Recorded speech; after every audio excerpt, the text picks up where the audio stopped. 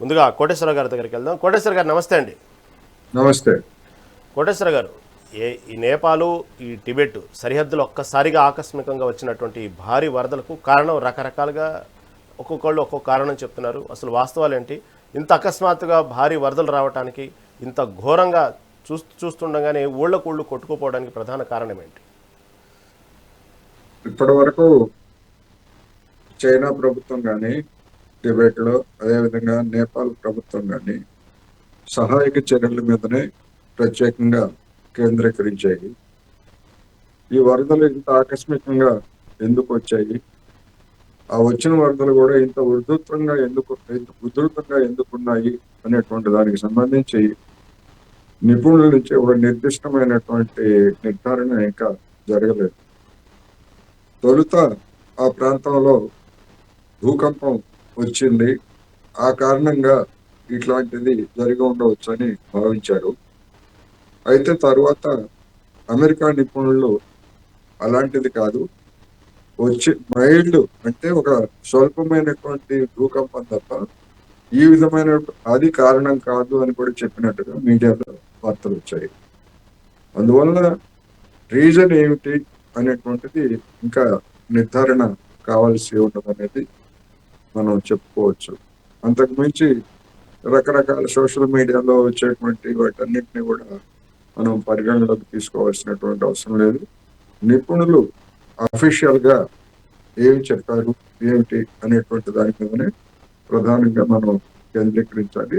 దాని ప్రాతిపదికనే దాని మంచి చెడ్డలు ఏమిటి, లేకపోతే అది ఎందుకు జరిగింది ఏమిటి అనేటువంటిది చర్చించుకుంటే ఉపయోగంగా ఉంటుంది అనేది కూడా నేను ఈ సందర్భంగా చెప్పాను. కోటేశ్వర గారు, ఇక్కడ ఎందుకు అంతగా నేపాల్ చైనాని విలన్గా చేస్తూ మాట్లాడుతుందంటే, ఏదైతే ఈ నేపాల్ సంబంధించినటువంటి విషయంలో అక్కడ ఉన్నటువంటి నేపాలు టిబెట్ సరిహద్దుల్లో ఉన్నటువంటి ఈ త్రిశూలి, కెరాంగ్ ఈ నదుల తీరాలను ఆక్రమించి చైనా అక్కడ ఒక పెద్ద పోర్టు కడుతుంది.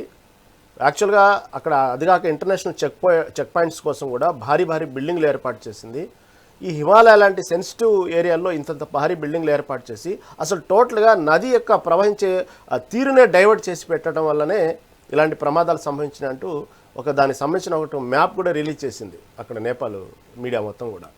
దీంతో ఎంతవరకు వాస్తవం సమంజసం అంటారా? వాస్తవంగా ఎందుకంటే ఆ నది తీరాల చుట్టూ ఇంత భారీ బిల్డింగ్లు కట్టడం వల్ల, చెక్ పాయింట్ల వద్ద చేయడం వల్లనే ఈ ఫ్లడ్స్ అన్నీ కూడా ఇలా రావడానికి కారణాలు ఏనంటారు? అది సరైనటువంటి నిర్ధారణ అని నేనైతే అనుకోవట్లేదు. ఎందుకంటే కొన్ని బిల్డింగ్లు కట్టినంత మాత్రాన, లేకపోతే ఇంకా కొన్ని కట్టినంత మాత్రాన నీళ్ళన్నీ ఆగిపోయి, బిల్డింగులు కడితే నీళ్లు నిల్వ ఉండవు కదా, రిజర్వాయర్లు కట్టాలి, డ్యాములు కట్టాలి, అప్పుడే నీళ్లు నిల్వ ఉంటాయి తప్ప ఇళ్ళు కడితే నీళ్లు నిల్వ ఉంటాయి అని చెప్పేసి ఎవరైనా చెప్తే దాన్ని మనం ఎట్లా తీసుకోవాలి?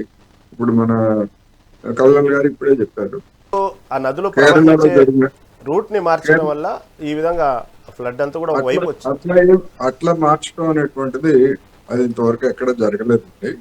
చైనాలో కూడా అదేమి జరగలేదు.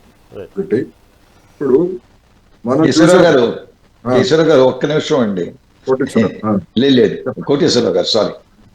ఇప్పుడు ఎందుకంటే సర్వీస్ లో 40 సంవత్సరాలు చేసిన జనరల్ అయ్యాను. కర్నల్ అంటే కొంచెం బాధేస్తుంది. కర్నల్ మీరు విస్తృతమైన ర్యాంకే, నేను జనరల్ గా రిటైర్ అయ్యాను. Don't mind, please. ఓకే. ఇప్పుడు మన కేరళలో జరిగినటువంటి దాని గురించి ఆయన ప్రస్తావించారు. ఓకే, అది కొండ చర్యలు అన్ని కూడా మనం చూసాం. హిమాచల్ ప్రదేశ్ లో ఉన్నటువంటి నదులకి ఫ్లాష్ ఫ్లడ్స్ వచ్చి ఎన్ని ప్రమాదాలు జరిగాయో, ఎంతమంది మరణించారో కూడా మనందరికి డేటా ఇవన్నీ ఉన్నాయి. మరి మన దగ్గర ఆధునికమైనటువంటి విజ్ఞానం ఉంది, లేకపోతే టెక్నాలజీ ఉందని చెప్పుకుంటున్నటువంటి మనం వాటిని ముందుగా హెచ్చరించలేకపోయామనేటువంటిది ఒకటైతే, అన్నింటికంటే విజయవాడ కృష్ణానదికి వరద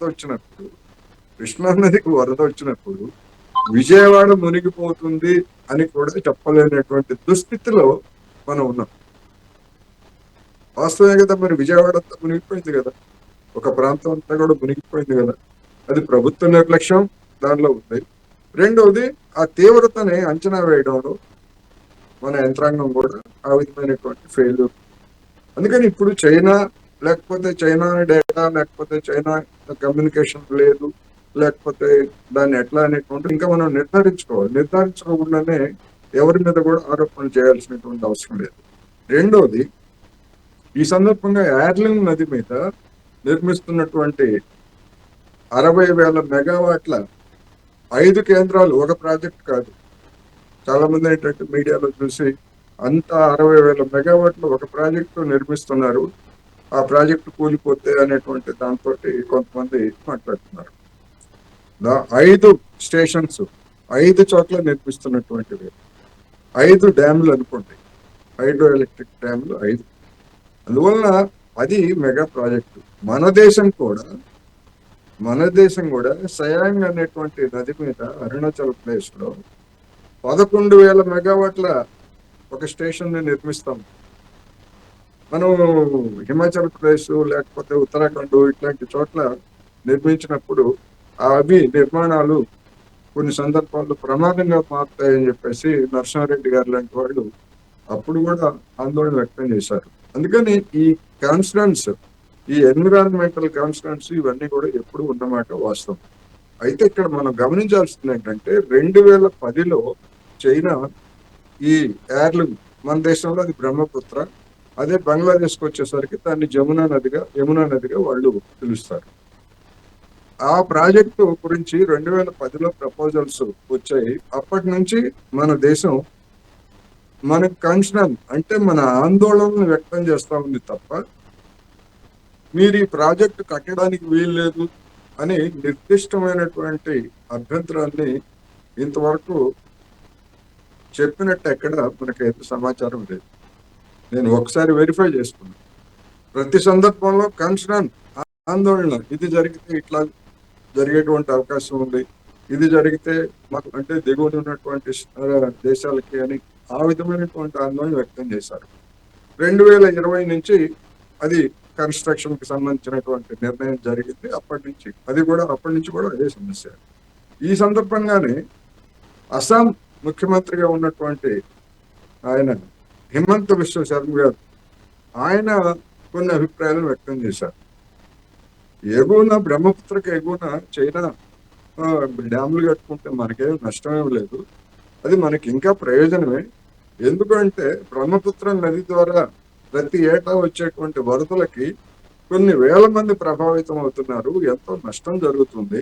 అందుకని చైనా ఎగువన డ్యాములు కట్టుకుంటే అది మనకే మంచిది అనే పద్ధతుల్లో మాట్లాడారు. దానికి కారణం ఏమిటి?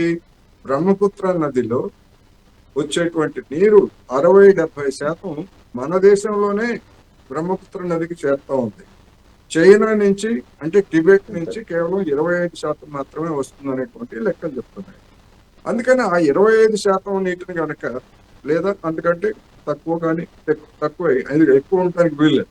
అందుకని వాళ్ళు దాన్ని నిల్వ చేసుకున్నట్లయితే బ్రహ్మపుత్రకి వరదలు తగ్గుతాయి, ఇది మనకు మంచిదే అని ఆయన గతంలో ఒక సందర్భంలో వ్యక్తం చేసినటువంటి కూడా మనం మర్చిపోకూడదు. అందుకని దీని మీద భిన్నాభిప్రాయాలు ఉన్నమాట నిజం.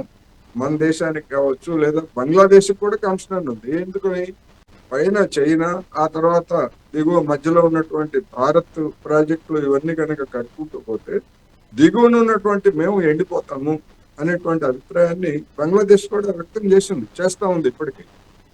ఇదే సందర్భంలో మనం గమనించాల్సినటువంటి ఇంకొక అంశం ఏంటంటే, పహల్గామ్ ఉదంతం తర్వాత మన దేశం సింధు జలాల మీద పాకిస్తాన్తో ఉన్నటువంటి ఒప్పందాన్ని సస్పెండ్ చేస్తున్నట్టు ప్రకటించింది.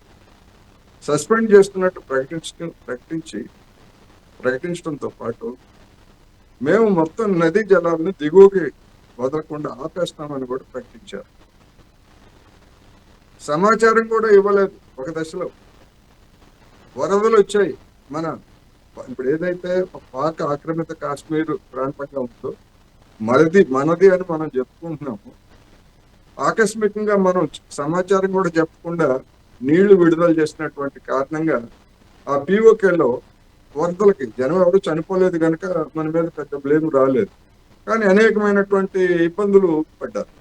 అందుకని ఈ విధమైనటువంటి ఎగువనున్నటువంటి దేశాలు, చైనా కావచ్చు, భారత్ కావచ్చు, లేకపోతే నేపాల్ కావచ్చు, ఇటువంటి వాటిని ఈ విధంగా కనుక చేసేట్లయితే కొన్ని సమస్యలు తలెత్తే మాట వాస్తవం. కానీ చైనాతో ఇప్పుడు మనకి సత్సంబంధాలు ఉన్నాయి. 5 ఏళ్ల తర్వాత పూర్తి స్థాయి సంబంధాలను మనం ఏర్పాటు చేసుకున్నాం. అందుకని మన కాన్ఫిడెన్స్ ని చైనాకి వ్యక్తం చేయడంలో తప్పులేదు, చేయాలి, బాధ్యత కూడా.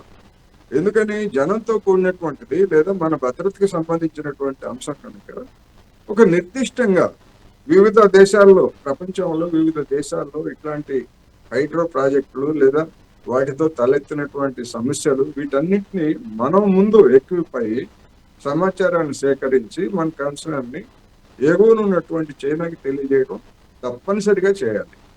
అలా చేయటం ద్వారా వాళ్ళు ఇచ్చేటువంటి సమాచారం ఏమిటి, వాళ్ళు ఇచ్చేటువంటి వివరణ ఏమిటి అనేటువంటిది మన దేశంలో మన జనానికి, మన మీడియాకి, మన మేధావులకి, మన పర్యావరణవేత్తలకి అందరికి కూడా దాన్ని షేర్ చేయాలి.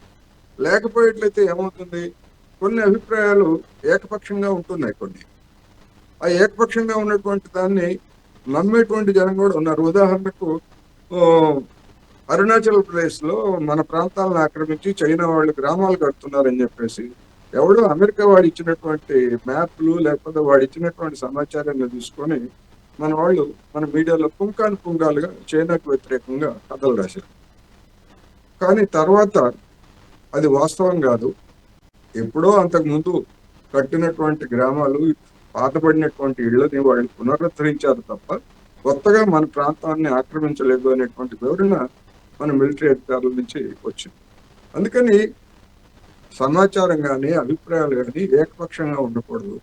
ఏకపక్షంగా ఉన్నటువంటి సమాచారం ఆధారంగా మనం నిర్ధారణలకు రాకూడదు అని మాత్రమే నేను ఈ సందర్భంగా చెప్పదలుచుకున్నాను. అందుకని మెడాంగ్ డ్యామ్ గురించి, దాని యొక్క సాంకేతిక పరమైనటువంటి అంశాల గురించి ఖచ్చితంగా ఇప్పుడు ఈ నేపాల్లో వచ్చినటువంటి వరదల పూర్వరంగంలో మన కేంద్ర ప్రభుత్వం ఖచ్చితంగా చైనా ప్రభుత్వంతో, చైనా నిపుణులతోటి, మన నిపుణులు, ఎందుకంటే రాజకీయ నాయకులకి అక్కడ రాజకీయ నాయకులైనా ఇక్కడ రాజకీయ నాయకులైనా వాళ్ళకి సాంకేతిక పరమైనటువంటి అంశాలు తెలియవు. అదేమి తప్పేం కాదు. అందుకని మన నిపుణుల్ని, 2 దేశాల నిపుణుల్ని అక్కడికి వీళ్ళు వెళ్తారా, అక్కడి నుంచి వాళ్ళు వస్తారా అనేటువంటిది మనం ఏర్పాటు చేసుకునేటువంటి ఒప్పందాన్ని బట్టి ఉంటుంది కనుక ఆ విధమైనటువంటి వివరణ ఇప్పుడు ఇవ్వాలి అనేది నేను ఈ సందర్భంగా